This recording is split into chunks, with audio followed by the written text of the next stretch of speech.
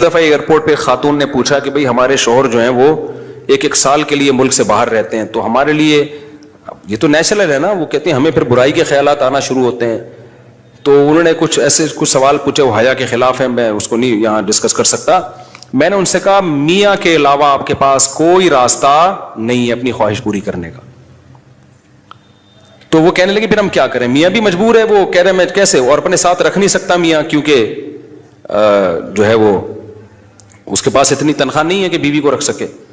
تو چند کیس ایسے ہوتے ہیں. اصولی طور پر تو میاں کو چاہیے اللہ پہ توکل کرے، غریب بھی ہے نا اپنے ساتھ اپنی بیوی کو رکھے. کوئی بات نہیں، میاں بیوی دونوں روکھی سوکھی مل کے کھا لیں گے، کم پہ گزارا کر لیں گے. جو بیویوں کو چھوڑ کے ایک سال دو سال کے لیے باہر جاتے ہیں، یہ شریعت میں بالکل پسندیدہ نہیں ہے. اللہ نے بیوی کو صاحبہ کہا ہے، ساتھ رہنے والی. مجھے وزیر آباد میں 1 مہینہ رہنا تھا، یہ بات ہوگی 2006 یا 7 کی. انہوں نے کہا کہ 1 مہینہ آپ نے یہاں اسٹے کرنا ہے. بیانات کے سلسلے میں نا مسجد 1 مہینے کے لیے میرے حوالے کی تھی. تو میں نے کہا بھائی میں تو بیگم کے بغیر 1 مہینہ نہیں رہ سکتا، بچے بھی تھے میرے. تو میں نے کہا 1 مہینہ میں نہیں رہ سکتا، مجھے بیگم بچے چاہیے، ان کا بھی ٹکٹ دو تو میں یہاں رہوں گا ورنہ نہیں رہوں گا. تو انہوں نے پھر بیگم بچوں کا بھی ٹکٹ دیا. گھر والوں کے ساتھ رہ لیتا ہے آدمی تمیز سے، ورنہ بیگم کے بغیر ہمارے لیے تو بڑا مشکل ہے اتنا لمبا عرصہ رہنا. مجبوری میں رہنا پڑتا ہے تو ایک الگ بات ہے، لیکن ہے مشکل کام. چاہے کتنے بھی آدمی کے میاں بیوی میں جھگڑے ہو نا، نہیں رہ سکتا بھائی. تو 1 سال کے لیے پتہ نہیں کیسے رہ لیتے ہیں لوگ بیگم کے بغیر. ٹھیک ہے ان کی مجبوری ہوتی ہے، میں مانتا ہوں، لیکن اس میں کوشش کرو اللہ پہ توکل کرو. بیگم روکھی سوکھی کھا لیں گے، لیکن اللہ میاں نے بیگم کو صاحبہ کہا ہے قرآن میں. صاحبہ کا مطلب ساتھ رہنے والی. صاحبہ کا کیا مطلب ہے؟ ساتھ رہنے والی. تو اس کا مطلب جب شادی ہو گئی تو وہ پھول ترو کی طرح تمہارے ساتھ چپک گئی ہے. پھول ترو کی طرح اس لیے کہہ رہا ہوں کہ لوگ پسند نہیں کرتے، لیکن اللہ نے اس کو آپ کے ساتھ کیا کر دیا ہے، چپکا. اب جہاں جاؤ گے بیگم صاحبہ ساتھ ہوں گی. آپ شارٹ ٹائم کے لیے جانے کا الگ بات ہے، لانگ ٹائم کے لیے جانا ہے تو بیگم آپ کے ساتھ اللہ نے بولو چپکا دیے. وہ خود بھی گناہ سے بچے گی، تم بھی گناہ سے بچو گے. تو اس لیے یہ طریقہ ٹھیک نہیں ہے سال کے لیے میاں بیوی کا دور رہنا. اور پھر خواتین بھی پریشان ہوتی ہیں. تو گناہ کسی کے لیے بھی حلال نہیں ہے. میں نے اس خاتون سے کہا کہ 1 سال آپ کا شوہر باہر ہے، کیا اس کے لیے حلال ہے گناہ کرنا وہاں پہ؟ جب اس کے لیے حلال نہیں ہے تو آپ کے لیے بھی حلال نہیں. تو اللہ میاں نے صرف یہی رکھا ہے کہ ایک دوسرے کی خواہش پوری کر سکتے ہیں میاں بیوی، اس کے علاوہ ان کے پاس کوئی آپشن نہیں ہے. تو اب پھر بھی نہیں آ رہا میاں، تو میں نے ان خاتون کو یہ کہا کہ اپنے آپ کو بزی رکھیں. آپ کیا رکھیں بھائی؟ کوئی پازیٹیو ایکٹیویٹیز میں اپنے آپ کو کھپا دیں. ایسی موویز تو ویسے بھی ٹھیک نہیں ہے دیکھنا، خاص طور پہ فحش موویز دیکھنا، اور ٹک ٹاک پہ صبح و شام بے حیائی. تو جب یہ انسان کی عادت ہے، جب وہ اپنے آپ کو کسی پازیٹیو کام میں لگا دیتا ہے نا، تو چند دن پھر یہ جھٹکے لگیں گے، اس کے بعد انسان نارمل. کئی لوگ ہیں جو 1 سال گھر سے باہر رہتے ہیں مجبوری میں، بیویاں بھی رہتی ہیں، وہ گناہ نہیں کرتے.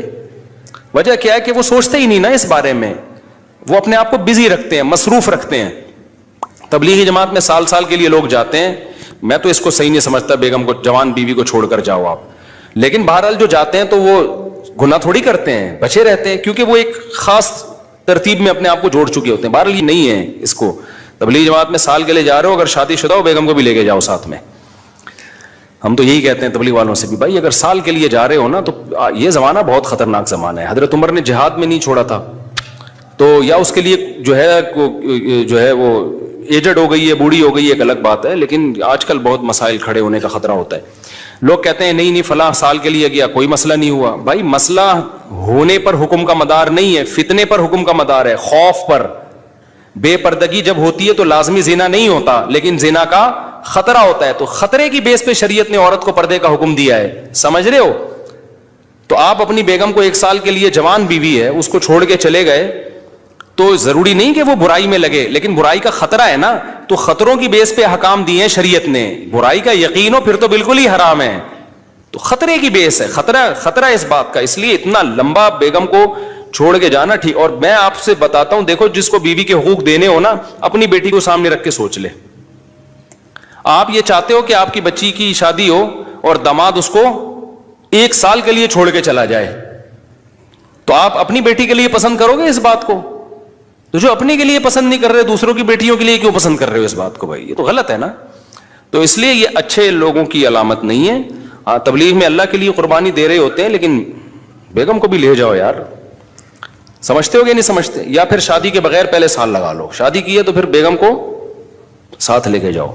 تو بڑے مسائل کھڑے ہونے کا خطرہ ہوتا ہے آج کل. تو اس لیے اس میں جب, اور اگر نہیں ہے کوئی صورت نہیں بن رہی ہے, تو پھر اپنے آپ کو مثبت ایکٹیویٹیز میں اتنا کھپا دو.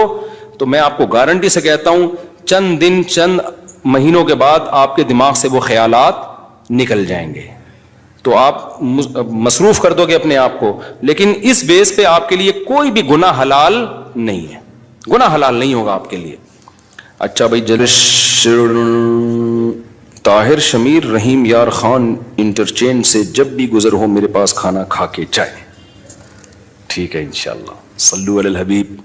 چلیں کبھی گزریں گے تو, لیکن وہی ہے کسی سے ملاقات نہیں کروانی, سیدھا کھانا رکھ دینا ہے, اصرار نہیں کرنا. ہماری مرضی, کھانا کھائیں نہیں کھائیں, نکل لیے پھر ٹھیک ہے. ایسی دعوت ہمیں بہت اچھی لگتی ہے. دیکھو مجھے وہ مہمان اچھا لگتا ہے جو بے تکلف ہو. آپ سمجھتے ہو نا میری اس پوری تقریر سے کہ میں لوگوں سے ملنا نہیں چاہتا, ایسا نہیں ہے.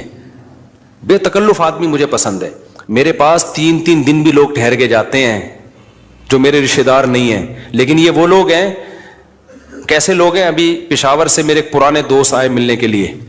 آئے, میں نے کہا السلام علیکم, کیا حال ہے, سب سیٹ چل رہا ہے؟ الحمدللہ. اس کے بعد پتہ نہیں میں بھول گیا, وہ خود ہی جا کے کھانا کھا رہے ہیں. میں تو مصروف آدمی ہوں بھائی, خود ہی کھانا کھا رہے ہیں, لیکن برا نہیں محسوس کر رہے. پھر جب مجھے ٹائم ملتا ان کو بلا لیتا, آ جاؤ یار بیٹھتے ہیں, جا بھائی چائے بنا کے لاؤ, بھائی ان کو بھی پلاؤ مجھے بھی پلاؤ. پھر کھانے کے ٹائم پہ مجھے یاد آیا ارے وہ آئے ہوئے ہیں, میں نے کہا آپ بھی آ جاؤ کھانا کھا لو. انہوں نے کھانا کھا لیا, صحیح ہے نا. پھر بھول گیا میں, کہاں گئے پتہ نہیں کہاں گئے. پھر اگلے دن مجھے یاد آیا, اڑے بندہ آیا ہوا ہے بھائی, لیکن وہ ناراض نہیں ہو رہا. پھر میں آیا, جب میں فارغ ہوا میں نے کہا آ جاؤ یار, میں نے فلاں جگہ جانا ہے بیان کے لیے, آپ بھی میرے ساتھ ہی گاڑی میں آ جاؤ. اپنے ساتھ گاڑی میں بٹھایا, لے گئے ان کو, بیان کیا, گھمائے, پھر آیا اپنے ساتھ ہی واپس لے. پھر بھول گیا میں, پتہ نہیں بندہ گیا کہاں پہ. تو وہ ناراض نہیں ہوئے. 3 دن اسی طرح ہم نے ہنسی خوشی گزارے. اس کے بعد وہ نکل لیے. انہوں نے کہا میں پشاور پہنچ چکا ہوں. میں نے کہا یار کوئی میری طرف سے کوتاہی ہو گئی, معاف کر دینا. کہہ رہے کہنا تو یہ چاہیے تھا, بدتمیزی کی انتہا کر دیا آپ نے. لیکن وہ خوش تھا. تو ایسے بندے 100 دفعہ ہیں. میں نے تو ایک کمرہ اسپیشل مہمانوں کے لیے بنایا ہوا ہے, واش روم کے ساتھ, کہ مہمان آئیں اسٹے کریں یہاں پہ. لیکن وہ مہمان جو تکلف والا نہ ہو کہ جی پوچھا نہیں مجھے ناشتے میں مفتی صاحب نے, بھائی ہماری بہت ٹینشن ہے, ابھی تجھے پوچھیں گے تو ہم تو گھر والوں کو کون پوچھے گا. ہاں کوئی بہت میرے ٹیچر آ جائے نا, استاذ آ جائے, معزز مہمان, کوئی بہت ہی اپر لیول کا میرے ٹیچر آ جائے, میرا چاچو آ جائے. وہ چاچو تو میرے بیچارے انتقال ہو گیا, میرے ماموں آ جائیں, تو ان کے ساتھ یہ سلوک نہیں.